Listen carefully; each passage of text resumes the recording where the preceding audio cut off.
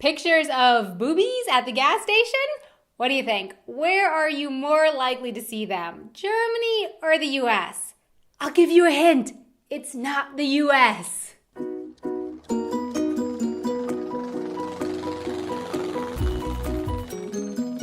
Hey everyone, I'm Donna and you're watching Wanted Adventure Living Abroad. Back when Mr. German Man and I first started dating, I was actually living in Prague and he was living in Munich. So for the first few months, we spent just about as much time together in Prague as we did here in Munich. So I didn't really get so much exposure to the German culture as when I finally moved here.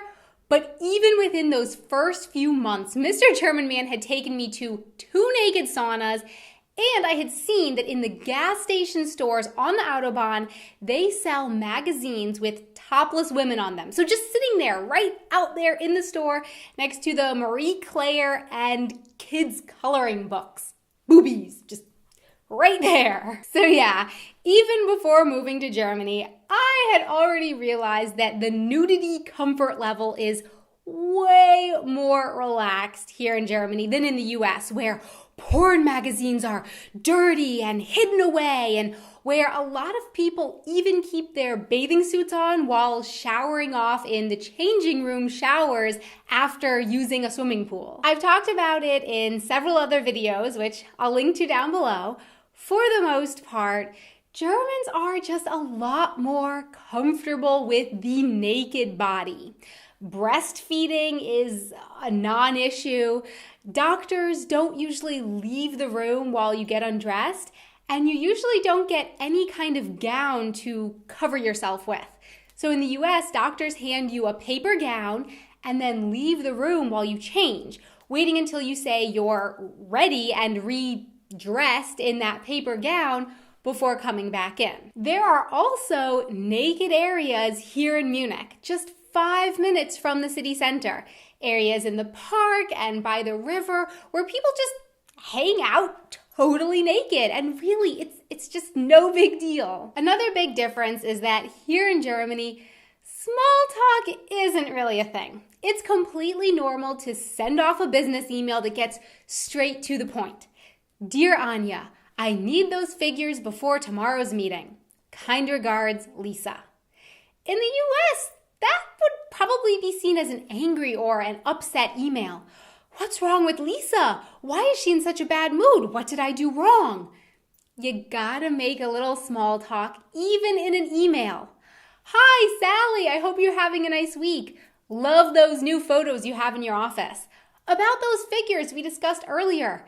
It's really important that I get them before tomorrow's meeting, and so on. The freedom given to kids and teenagers over here is another big difference. By the 5th grade, I've seen kids in Germany taking the underground all by themselves, getting themselves to and from school with it, often switching trains, switching lines, all without, it seems, causing the parents even the slightest bit of worry. It's just fine. It's just normal. I mean, teens are even sent on trips to other countries for short stays of like a week, but also for longer ones. A lot of Germans, not just a few, go on an exchange year in high school to the US, to South America, to other places all around the world. Yeah, right. When I was 17, I still wasn't allowed to drive more than an hour away from my home. And that wasn't because my parents were particularly strict or anything. That was a pretty normal rule among most of my friends. It was a huge deal when my parents let me and one of my girlfriends drive to Tampa, which is 4 hours away, and stay there all weekend alone.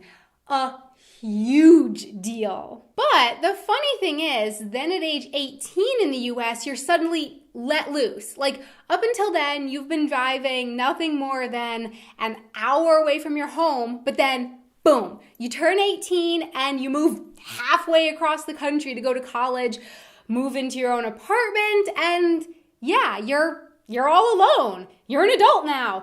You're kind of seen as a bit of a loser by society if you stay at home with your parents or if you move back in with your parents after college. It's kind of like you failed. Whereas here in Germany, I've noticed it's really not a big deal at all for people to keep living with their parents for a while.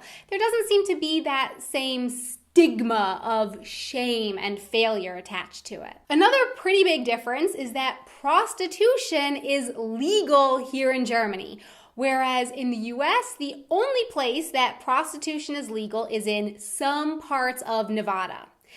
And I think that this ties in with yet another big difference, which is that sex in general is a lot less taboo here in Germany than in the US.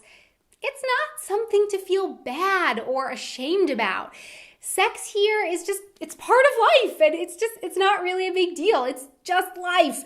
You don't have these abstinence is the only way training programs in middle school here in Germany. Which, if you don't know, abstinence-only training is the sex talk that I, as well as a lot of other people in the US, got as our safe sex talk in school.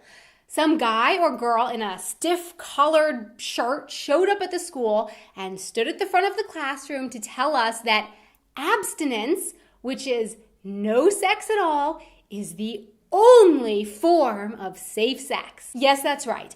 That was my sex talk in middle school.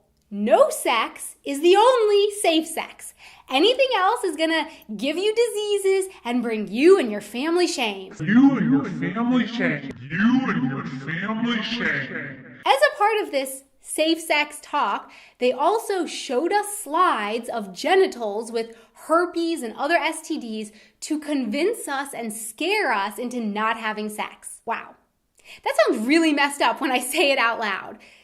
It's a good thing that I had, more open parents that I could talk to about sex who kept me on a more sane path.